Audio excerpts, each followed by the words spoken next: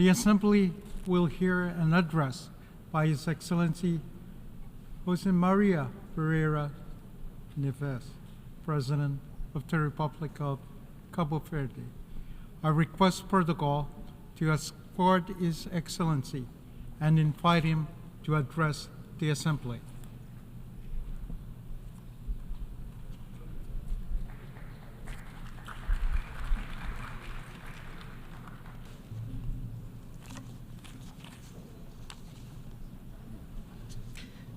Excelências, Excellencies, numerous armed conflicts continue to ravage various regions of the world with devastating impacts on the populations, particularly in the Middle East, where the potential for escalation and risk of spreading are all too evident. Innocent lives are lost daily in an unrelenting and merciless cycle of violence. We urge all parties involved, alongside the international community and relevant organizations, to spare no effort to put an end to these conflicts, to commit to dialogue and uphold the values enshrined in the United Nations Charter, international law, and humanitarian law, thus allowing the gradual return to normalcy and the possibility of building a future free from the present-day destruction and indiscriminate death. Excellencies, at the national level, we remain committed to achieving the Sustainable Development Goals, the 2030 Agenda, and the African Union Agenda 2063. We are also focused on implementing policies toward ensuring universal access to quality education and healthcare, and on fully integrating the youth into all spheres of social, economic, and political life, ensuring that future generations are equipped with the tools they need to tackle global challenges.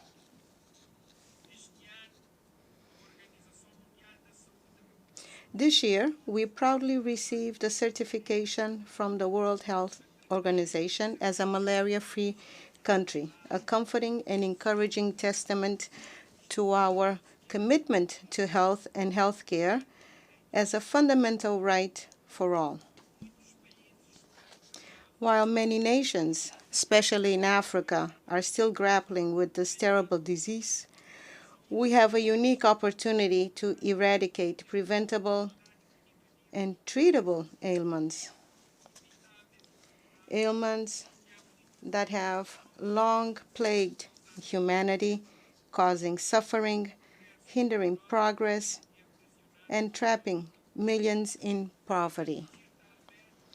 To achieve this goal, I call on the upcoming IDA 21 Global Fund restructuring meeting to be held in Paris next month to prioritize funding through a dedicated budget line aimed at eliminating diseases. Microbial pathogens and antimicrobial resistance also pose significant threats to global health. Thus, understanding and managing microbial activity is crucial for addressing challenges related to disease control, food security, environmental conservation, and climate change. In this troubled and challenging international landscape, where multiple crises continue to impact people and the planet, I reaffirm Cabo Verde's firm commitment to being an active and constructive member of the United Nations and tirelessly championing the universal values contained in its charter. Among these crises, climate change disproportionately affects vulnerable nations, especially small island developing states. We look look to COP29 to yield urgent and tangible progress on key climate issues, particularly as the deadline for significant emissions reductions approaches.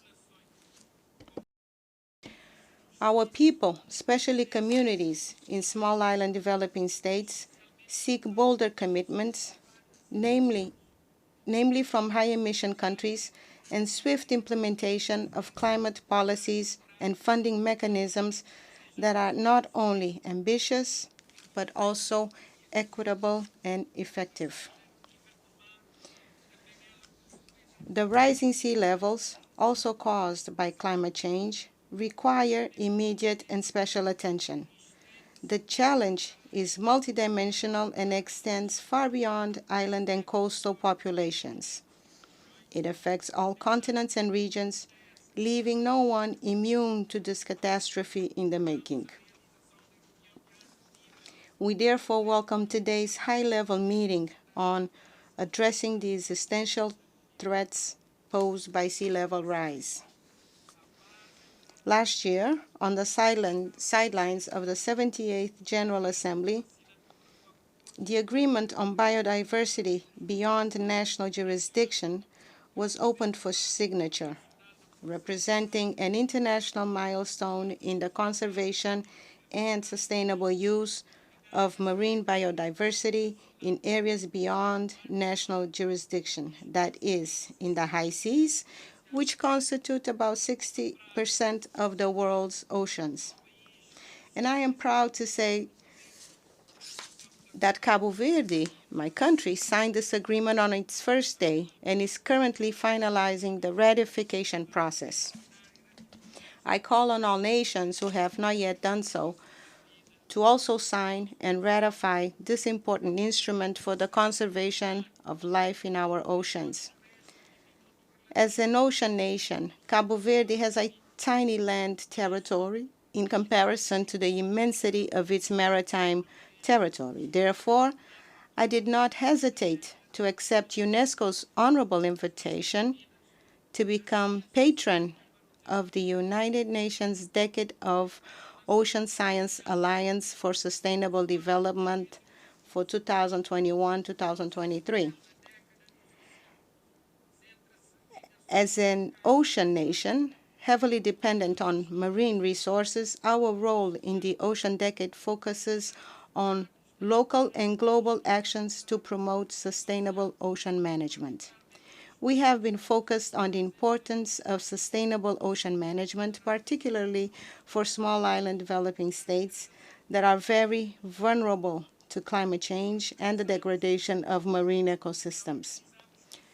For 3 consecutive years, we have hosted international ocean conferences to foster partnerships between governments, the private sector, scientists, and civil society to advance ocean science and create innovative solutions to ocean challenges.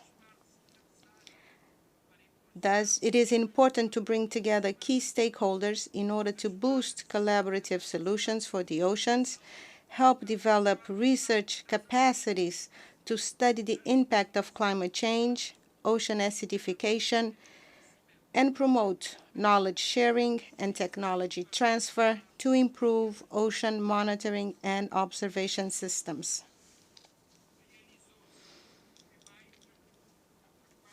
The 4th United Nations Conference on Small Island Developing States, SIDS, was successfully held last month of May. However, to ensure greater resilience and sustainability of small island developing states, we must urgently begin implementing the Antigua and Barbuda Plan of Action. Cabo Verde remains committed to playing an active role within the SIDS community, and in the first quarter of 2025, we will host a high-level meeting for the Atlantic, Indian, and South China Sea regions aimed at establishing a coordination mechanism for the subregion. At the SIDS-4 conference, we also expressed our readiness to host the 5th United Nations Conference on SIDS in 2034. As a small island developing state, we face substantial challenges that affect our macroeconomic systems. Even if we dedicated our entire state budget to sustainable development and climate action, it would still fall short of the necessary funding targets.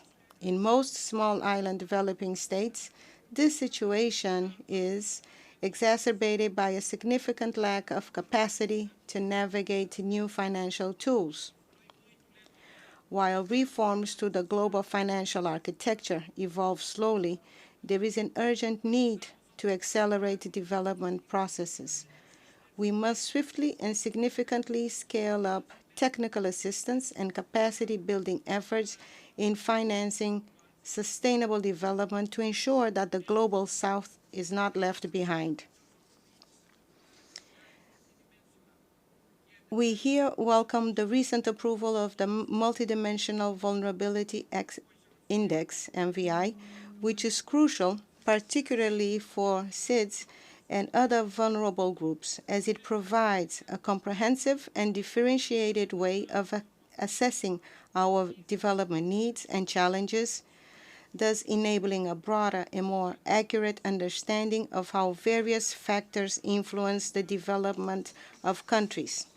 In my capacity as the African Union champion for natural and cultural heritage, and in line with the policies of the government of Cabo Verde, I have been tirelessly advocating for the protection, promotion, and sustainable management of Africa's rich natural and cultural heritage, which is highly vulnerable to climate change. It is essential that we continue to raise awareness on the need to safeguard our ecosystems, historical landmarks, traditional knowledge, and intangible cultural practices.